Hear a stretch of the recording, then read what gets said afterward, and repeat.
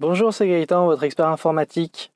Alors on va rester sur la thématique de la dernière vidéo où on a parlé de comment bien faire ses achats. Cette fois-ci, on va voir un petit peu quoi acheter ou comment acheter différemment en tout cas. Donc vous savez tous qu'il existe plusieurs modes d'achat, on va dire ça comme ça. Vous pouvez acheter un objet neuf.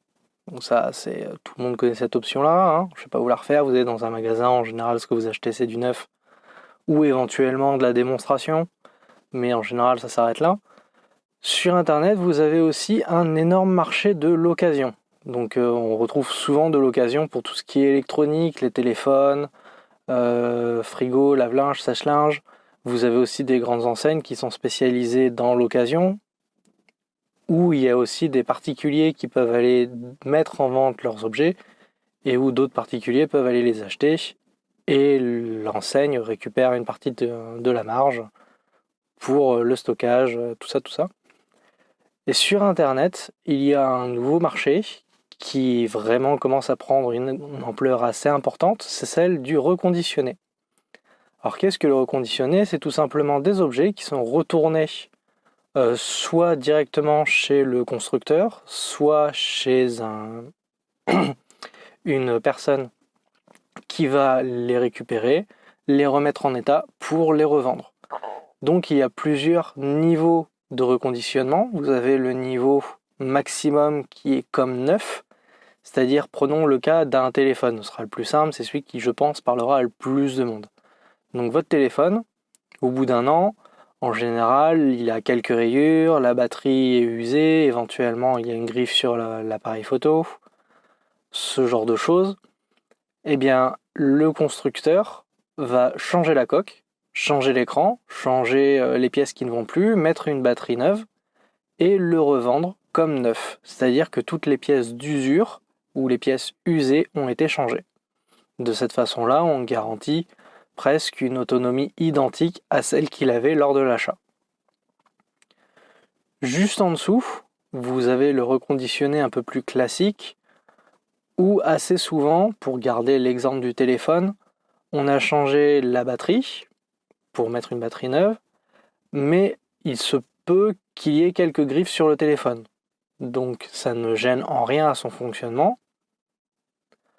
Le téléphone sera vraiment quasiment aussi comme neuf, en dehors du fait que physiquement, on va dire, il montrera qu'il n'est pas neuf. Il y aura quelques griffes à gauche à droite sur la coque, éventuellement des petites sur l'écran, parce que l'écran n'est rarement changé dans le deuxième niveau de reconditionné, mais ça ne gênera en rien. Le troisième niveau, lui, ne change que les pièces très usées ou abîmées. C'est-à-dire que là encore pour le téléphone, en général, la batterie est changée parce que c'est ce qui s'use le plus vite sur un téléphone. Sauf si le téléphone a moins d'un an, il se peut que la batterie soit toujours la même. Après, on retrouve en reconditionné essentiellement des retours clients, c'est-à-dire un téléphone que quelqu'un a acheté et qui ne fonctionne pas pour une raison X ou Y, va être renvoyé au constructeur, réparé, mais là ne pourra pas être revendu neuf parce qu'il aura peut-être été utilisé, ou en tout cas il a été déjà vendu une fois en tant que neuf, et il a dû subir une réparation pour fonctionner correctement. En général, c'est ceux-là qui sont le premier niveau de reconditionnement, et donc en général aussi les plus chers. Parce que bien entendu, plus le niveau de reconditionnement est bas, moins l'objet sera cher. Donc je vous l'ai dit pour les téléphones, mais vous pouvez retrouver ça avec énormément d'objets connectés, on va dire, tout ce qui peut être montre, bracelet, des écouteurs éventuellement, on peut en trouver aussi, mais aussi avec de l'électroménager. On retrouve vraiment de plus en plus ce marché-là sur beaucoup de domaines.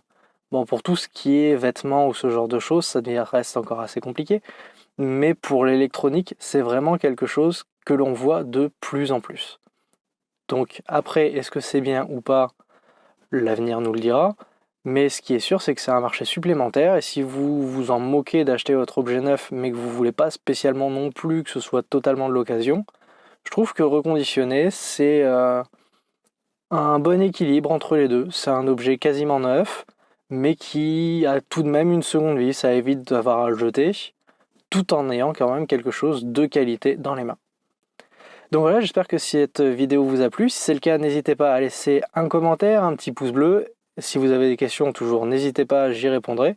Et je vous dis à bientôt dans la prochaine vidéo.